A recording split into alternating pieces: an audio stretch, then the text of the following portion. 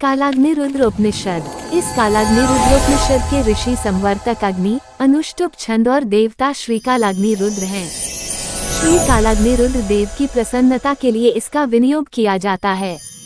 किसी समय एक बार सनत कुमार जी ने भगवान कालाग्नि रुद्रदेव से प्रश्न किया, हे भगवान, त्रिपुंडु की विधि तत्व सहित मुझे समझाने की कृपा करें।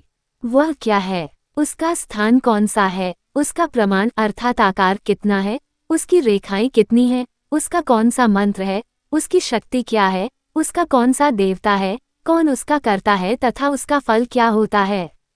2. ये सुनकर उन भगवान कालाग्नि रुद्र ने सनत कुमार जी को समझाते हुए कहा कि त्रिपुंडु का द्रव्य अग्निहोत्र की भस्म ही है। इस भस्म को सद्यो जतादि पंचब्रह्म मंत्रों को पढ़कर धारण करना चाहिए।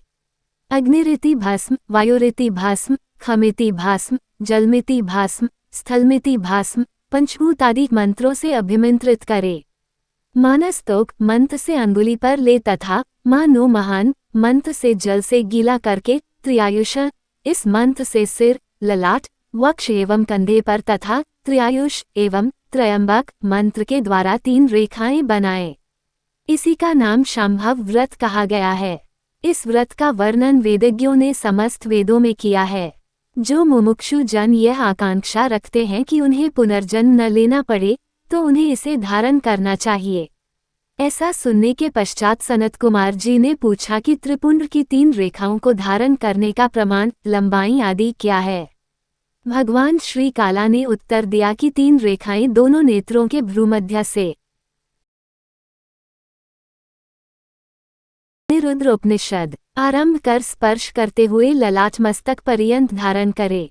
3-5। प्रथम रेखा गार्हपत्य अग्निरूप, अकार रूप, रजोगुण रूप, भूलोक रूप, स्वात्म का रूप, क्रियाशक्ति रूप, ऋग्वेद स्वरूप, प्रातः सवन रूप तथा महेश्वर देव के रूप की है। 6. द्वितीय रेखा दक्षिण अग्निरूप, उकार रूप, सत्वरूप, अंतरिक्ष रूप, अंतरात्मा रूप, इच्छा शक्ति रूप, यजुर्वेद रूप, मध्यम दिन सवन रूप एवं सदाशिव के रूप की है। 7. तीसरी रेखा आहवनी अग्नि रूप, कार रूप, तम रूप, द्युलोक रूप, परमात्मा रूप, ज्ञान शक्ति रूप, संवेद रूप, तृतीय सवन रूप तथा महादेव रूप की है।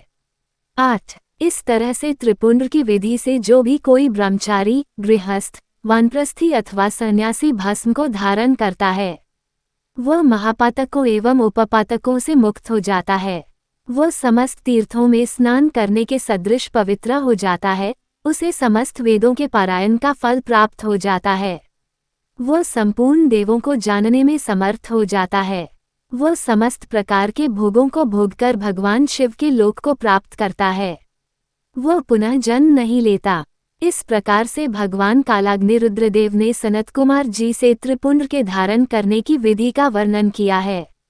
9. जो मनुष्य इस उपनिषद का अध्ययन करता है, वह भी उसी रूप में शिवरूप में हो जाता है। ओम ही सत्य है, ऐसी ही यह उपनिषद है। 10.